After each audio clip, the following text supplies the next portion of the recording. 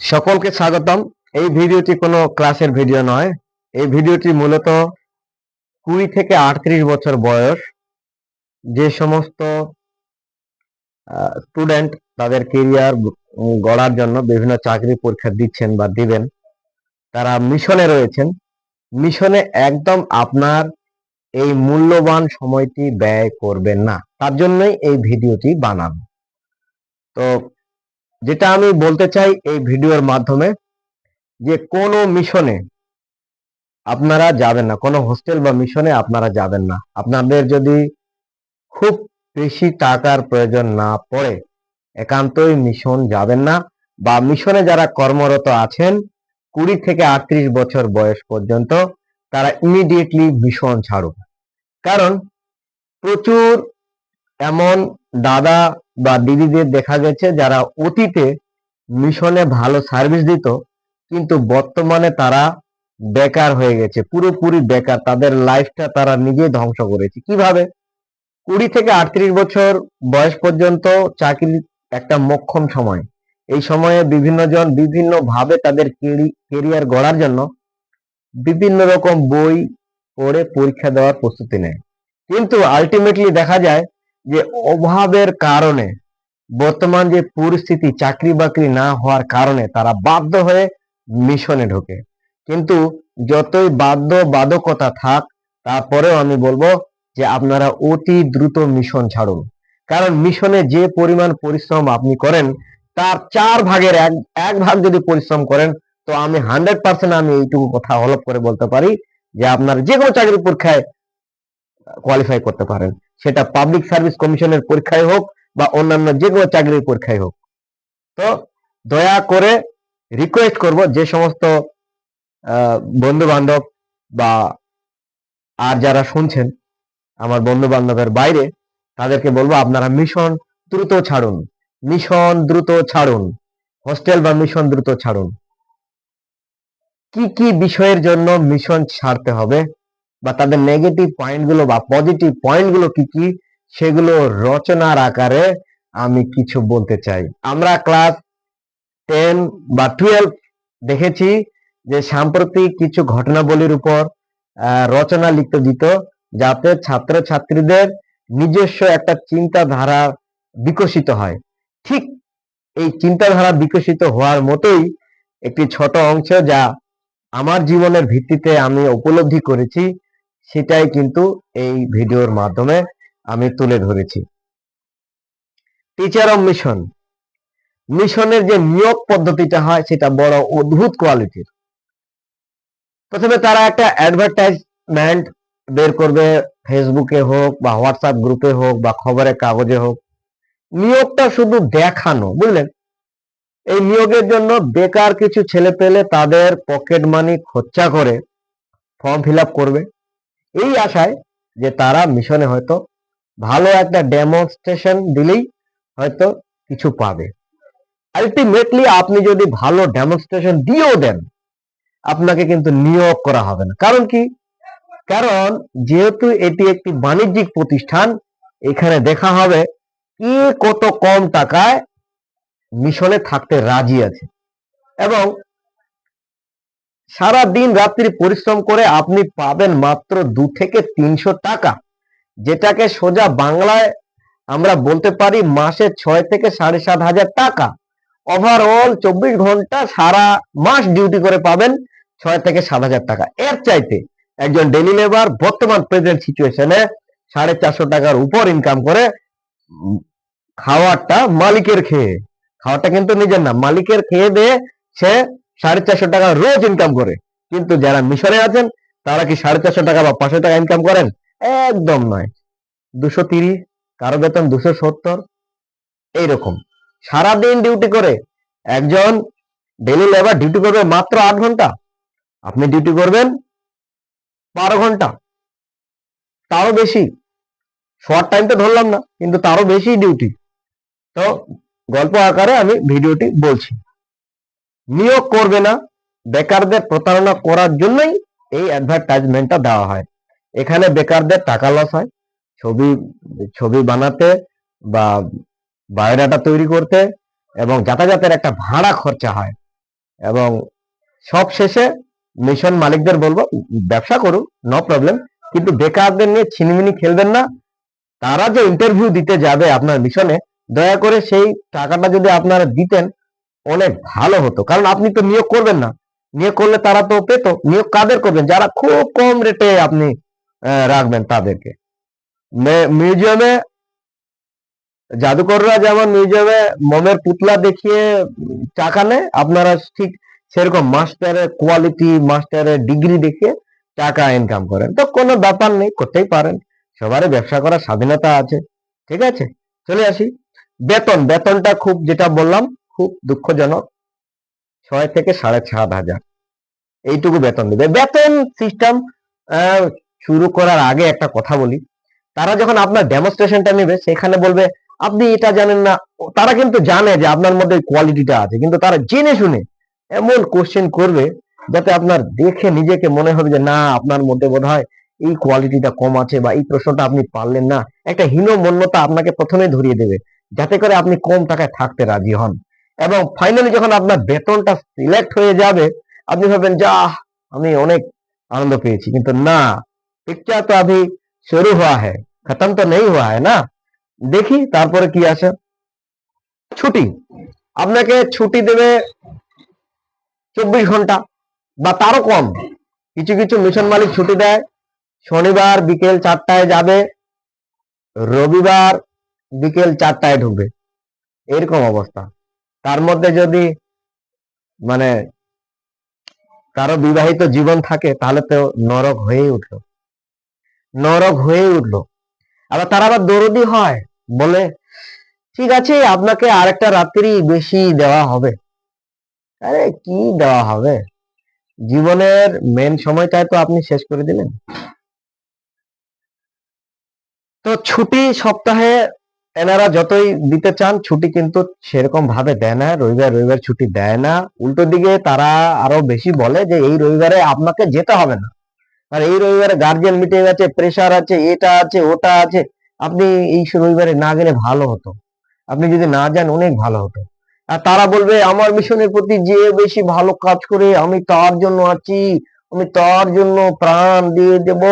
কিন্তু আলটিমেটলি এগুলো কথার কথা, কেউ কিছু দেবে না। হ্যাঁ, আপনার শুধু সময়টাই নেবে চালাকি করে, আর কিছু দেবে না। অন্যান্য কাজ, আপনি ভাবছেন যে আপনি মিশনে শুধু পড়াবেন? আপনাকে ক্লাসের পর ক্লাস দিয়ে রাখবে, যতক্ষণ না পর্যন্ত আপনার মানসিক অবস্থা খারাপ হয় ততক্ষণ পর্যন্ত ক্লাস দেবে। অন্যান্য কাজের মধ্যে এই অংশগুলো আমি বলছি, যেমন চেয়ার টেবিল মোছো, বেড গোছাও, মশারি খাটাও, মশারি তোলাও, বাচ্চাদের যেরকম একটা, আমরা যেরকম ছাগল গরু চড়াই, সেরকম বাচ্চাদের চড়িয়ে নিয়ে আসো মাঠ থেকে। সরি, গরু ছাগল বলতে এটা ভাববেন না যে অন্যান্যদের সঙ্গে তুলনা করছে, এমনটা ভাববেন না। মানে শ্রমটা দেওয়ার কথা বলছি আমি, এখানে শ্রমটা দেওয়ার কথা বলছি।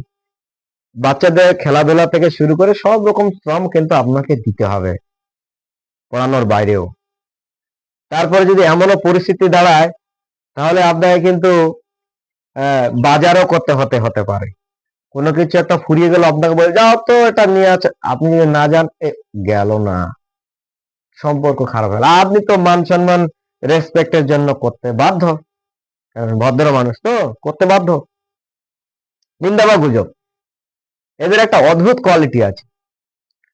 এরা আপনার সামনে একরকম কথা বলবে, বাইরে বলবে আর একটা। আপনার সামনে আপনার সুনাম করলো, পেছনে যেই মুহূর্তে আপনি চলে গেলেন, ওই জায়গা থেকে উঠে গেলেন, আপনার সম্পর্কে গুজব করতে শুরু করে দিল। এই গুজবটা মূলত ঠিক এইরকম ধরনের হয়, ওই মাস্টার ভালো পড়াচ্ছে, ওই ম্যাডাম ভালো পড়াচ্ছে, ও অনেক ভালো, এ তোমার থেকে অনেক ভালো।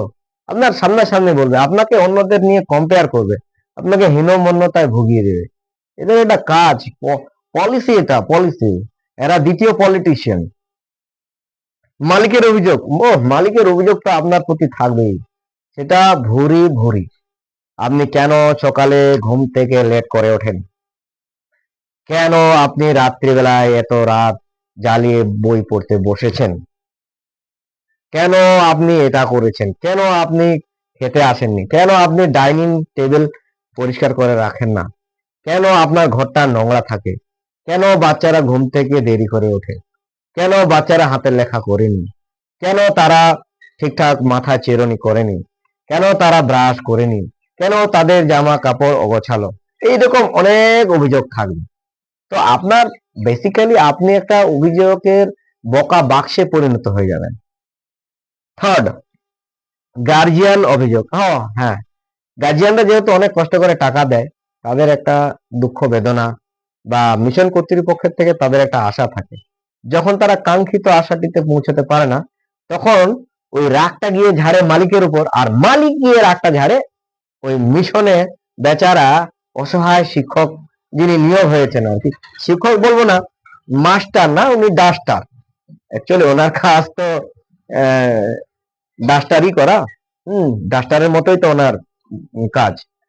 তো এই অভিযোগগুলো ঠিক ওই মাস্টারের মানসিক প্রেসারের উপর এসে পড়ে। তুলনা আপনার অন্যদের সাথে একদম 100%। আপনি অঙ্কের মাস্টার, ইংরেজির মাস্টার, আপনার সঙ্গে অন্যদের তুলনা করবে। ওই মাস্টার জানো উনি ভালো পারে, এটা পারে, ওটা পারে, মানে অ্যাকচুয়ালি আপনাকে হীনতা মন্যতা ভুগিয়ে তোলার জন্য অন্যদের সঙ্গে তুলনা করবে। মানুষ কিন্তু 100% কেউই নয়, কেউই নয়। ইভেন যারা যারা আমার এই ভিডিওটি দেখছেন কেউই 100% নন, কিন্তু তারপরেও তারা কিন্তু আপনাকে হীনমন্যতায় ভোগাবে। যে মিশন মালিক সেও 100% না, কিন্তু তার যেহেতু এটা ব্যবসা, তাকে এটা করতেই হবে। এবার চলে আসি বোনাস, ঈদ আর পূজা। পূজা বা ঈদে যে সমস্ত বোনাস দেবে, আপনি কি ভাবছেন আপনাকে ভালোবেসে বোনাস দেয়? এটা আপনার ভুল ধারণা। ভালোবেসে কেউ কিছু দেয় না, আপনাকে কেউ ভালোবাসেন। আপনি শ্রমটা দেন, কাজ ছেড়ে যাতে আপনি না পালিয়ে যান, তার জন্য লোক দেখানো 2000, 2500, 3000, 5000, 6000 একটা যা কিছু বোনাস দিয়ে দেয় বোকা বানানোর জন্য, আপনাকে ধরে রাখার জন্য। এটা ওদের পলিসি। একটা ডেলি লেবারের বেতন কত? 500 করে ধরলে মাসে 15,000 টাকা ইনকাম করে। আপনি কত করেন? 7,000। কত টাকা দিন পড়ে মশাই? 250 টাকা দিন পড়ে না। উল্টো দিকে বলবে আপনাকে যে আমি খাওয়াই। আরে খাওয়ার তো ডেলি লেবারও খায় ভাই, ডেলি লেবার খায় না? যেখানে কাজ করে সেখানে খাবে না? খাবারের খরচাও দিতে হবে। মানে মাছ খেলেন না মাংস খেলেন, কেন এত কম খেলেন, কেন এত বেশি খেলেন, এগুলো ধরবে। ওই মাস্টারটা বেশি ভাত খায়, এই ম্যাডামটা কম খায়, ও একটু দেরি করে ওঠে, ও একটু করে ওঠে। আর ওভারঅল এটা বলবে এটা আমাদের পরিবার, এটা আমাদের সংসার, এখানে দোষ ত্রুটি অনেক কিছু হয়, এগুলো ক্ষমার চোখে দেখতে হয়। মানে কিছু থাক না থাক, মস্তিষ্ক ধলাই করার জন্য যথেষ্ট টেকনিক তারা জানে। ও তাদের মধ্যে আবার কেউ কেউ আবার শিষ্যত্ব গ্রহণ করে, অমুকের দেখা দেখি তমুকের দেখা দেখি। শিষ্য হওয়া ভালো কাজ, তবে অতি শিষ্য হওয়া ভালো না। না হলে কিন্তু বয়সকালে দেখবেন যে আপনার ডায়াবেটিস হয়ে গেছে। হ্যাঁ, যা কিছু উপার্জন করলেন আর খেতে পারবেন না, পাপের তো একটা সীমা থাকে। খাবারের খোটা যেটা বললাম, এটা বেসিক্যালি তারা দিয়ে থাকে। কখনো কখনো এমন খারাপ লাগে, মিশনে থাকতে ভালো লাগে না। যদিও ডাইনিং টেবিলের অন্যান্য দাদারা কিন্তু অনেক ভালো লোক হয়। ডাইনিং টেবিলের কাছে এসে মালিক কর্তৃপক্ষ তাদেরকে বলে, এই কম কম করে দিবি, কম কম করে রান্না করবি, কম কম করে তেল খরচ করবি। এত তেল খরচ করে মালিক কিন্তু ডাইনিং টেবিল বা যারা রাঁধুনির দায়িত্বে আছেন তাদের কিন্তু এই ডিরেকশনে দেয়, অযথা কাউকে খাবার দিবে না এটাও বলে। কিন্তু পরক্ষণে দেখা যায় যদি কোনো খাবার দাবারের যদি ত্রুটি হয়, তখন আবার উল্টে এসে মালিক আবার বলে, তোমাকে আমি এটা কখনো করতে বলেছি, তোমাকে এটা করতে বলেছি, ওটা করতে বলেছি। এই যারা ডাইনিং এ থাকে কাজ করে বেচারা অসহায় হয়ে তখন আবার আহ, কাঁদো কাঁদো ভাব হয়। খুব দুঃখ লাগে বিষয়গুলো দেখে। অমানবিক পরিশ্রম করে ওখানে তারা, রান্না রান্না করা, শীত গ্রীষ্ম বর্ষা সবগুলোতেই তারা মিশন কর্তৃপক্ষের সঙ্গে এমন ভাবে মিলেমিশে থাকে, অন্তর দিয়ে ভালোবেসে থাকে। কিন্তু অসহায় মালিকগুলো এই বিষয়গুলো বোঝে না। মালিকগুলো বোঝে যে নিশ্চয়ই তাকে হয়তো টাকার জন্য ভালোবাসে, কিন্তু না, টাকার জন্য কেউ কাউকে ভালোবাসে না। মন থেকে তাকে আপনাকে ভালোবাসে। যদি কোনো মিশন কর্তৃপক্ষের ভিডিওটি দেখে থাকেন, আমি বলবো প্লিজ এতটা অমানবিক হবেন না। আপনি তাকে বলছেন একটা, মানুষের সামনে গালি দিচ্ছেন আরেকটা, আবার আড়ালে গিয়ে বলছেন ও আমি তো অসহায় হয়ে গেছিলাম, তাই তোমাকে গার্জিয়ানের সামনে এই কথাটি আমাকে বলতে হলো। আর বাস্তবে আপনার চরিত্রটা এতটাও নয় যে ফুলের মতো পবিত্র। মন দিয়ে ভালোবাসলেও মনে করবে যে টাকা বা স্বার্থের জন্যই ভালোবাসে। আপনি তাকে যতই ভালোবাসুন, আপনি ভাবছেন সে আপনার বন্ধু, সে আপনার বিপদে পাশে দাঁড়াবে। মিশন কর্তৃপক্ষ হয়েছে তো কি হয়েছে, সে আপনার পাশে দাঁড়াবে? পাগল পেয়েছেন আপনি? হ্যাঁ, ভুলে যান, ওটা ওনাদের অ্যাক্টিং। বিহেভিয়ার এমন করবে যেন খুব ভালো, বাস্তবে এরা কেউই ভালো না।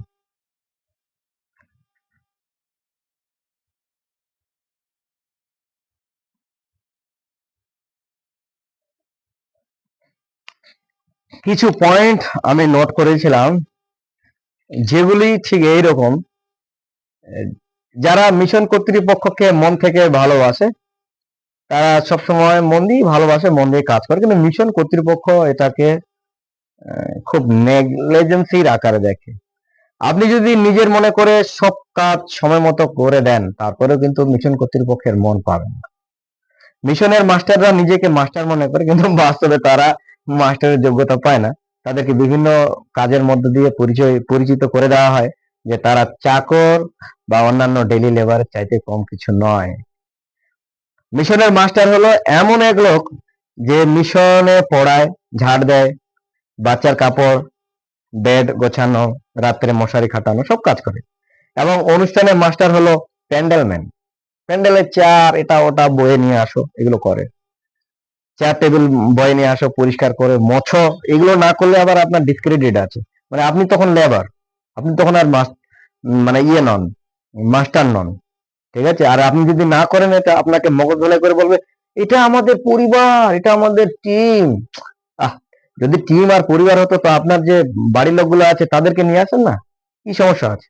বেকার ছেলেগুলোকে আহ 7,000 আর 7 থেকে 9,000 টাকা দিবেন, আবার ডেলি লেবারের চাইতে বেশি কাজ করাবেন? একে তো ওরা পড়ায়, তারপর আবার ডেলি লেবারের কাজ করে, তার বেতন কত হওয়া উচিত? 20 থেকে 25,000 দেবেন না তো? মাস্টার হচ্ছে একজন কাপড় বা শপিং মলে কাজ করা ব্যক্তি অনেক বেশি বেতন পায়, সত্যি কথা, বেশি বেতন পায়। এবং যারা গাড়ি ড্রাইভার আছেন তারাও অনেক বেশি বেতন পায়। কিন্তু মিশরে যারা গাড়ি ড্রাইভারি করেন তারা কিন্তু গাড়ির ড্রাইভার না, তারা বিভিন্ন কাজের সঙ্গে জড়িত হন। রাত্রি 1টায় যদি হয়, 2টোয় যদি হয়, সকাল হোক বিকেল হোক, এমন এমন কথা বলবে, এমন এমন খোঁটা দিবে। গাড়ি চালানো হলে চালাও, নালে চলে যাও। গাড়ি চালার পাশাপাশি তোমাকে ফুলেতে জল দিতে হবে, মাঝে মধ্যে তোমাকে একটু রান্নার কাজে সাহায্য করতে হবে, এই কথাগুলো তারা বলবে। অর্থাৎ আপনি গাড়ির ড্রাইভার নন, অন্য কিছু। হস্টেল বা মিশন কর্তৃপক্ষ নিচু মনের মানুষ হয়, অনেক সময় হয়, আমরা দেখেছি। এই কারণে তারা নিজের ব্যবসার উন্নতি ঘটায়, কারণ নিচু মানসিকতার মানুষ না হলে কিন্তু উন্নতি ঘটানো সম্ভব না। কোথায় কত টাকা বাঁচাতে হবে, কি করতে হবে না করতে, সব সময় বাঁচানোর ধান্দা। শিক্ষিত বেকারদের বলবো আজকে অবিলম্বে আপনার মিশন বা হস্টেল ছাড়ুন। কারো 15 বছর পড়াশোনা করে, দিন রাত কাজ করে, গালাগালি সহ্য করে 6,000 টাকা থেকে 8,000 টাকা বেতন নিয়ে কি করবেন? একজন ডেইলি শ্রমিকের বেতন কিন্তু 500 টাকা। অন্যদিকে একজন হস্টেলের মাস্টারের বেতন কিন্তু 200 থেকে 270 টাকা, তার বেশি কিন্তু হবে না। মিশন কর্তৃপক্ষ যে খাবার দেয় সেটা কিন্তু খোটা দেয়, ঠিক আছে? কিন্তু এই খাবারের বদলে মিশন মাস্টার কিন্তু অনেক পরিশ্রম করে। কাজে মিশন মালিক কখনোই ভালো মনের বন্ধু হতে পারে না, তিনি একজন ভালো ব্যবসায়ী। অবশ্যই, অফকোর্স, মিশন মালিক কখনো ভালো বন্ধু নয়, এই ভালো ব্যবসায়ী বলতে হবে। এটা ছাড়া কিছু নয়। নিয়োগের সময় তারা মানুষ দেখানো বিজ্ঞপ্তি দিল, কিন্তু তারা নিয়োগ করে না। তাদের যে নিয়োগের সময় যে বায়োডাটা গুলো বানাতে হয়, প্রতিটা খরচ হয়, সেই টাকাগুলো কিন্তু তারা দেয় না। আলটিমেটলি তারা একটা অনুষ্ঠান অ্যারেঞ্জ করে বেকারদের মেলা লাগানোর জন্য। তো এই সামান্যতম বেতনে বেসরকারি মাস্টারদের কিন্তু চলে না সংসার, অনেক অভাব অনটনের মধ্য দিয়ে যায়, তারা বলতেও পারে না। এবং বোনাসের নাম করে তারা যে বিষয়গুলো দেয় সেটা ঠিক না। যদি কোনো ব্যক্তি মিশনে মাস্টার হয়ে থাকেন, দয়া করে ঈদের বোনাস বা পুজোর বোনাস নেবেন না। এটা আপনার জন্য সম্পূর্ণ নিষিদ্ধ।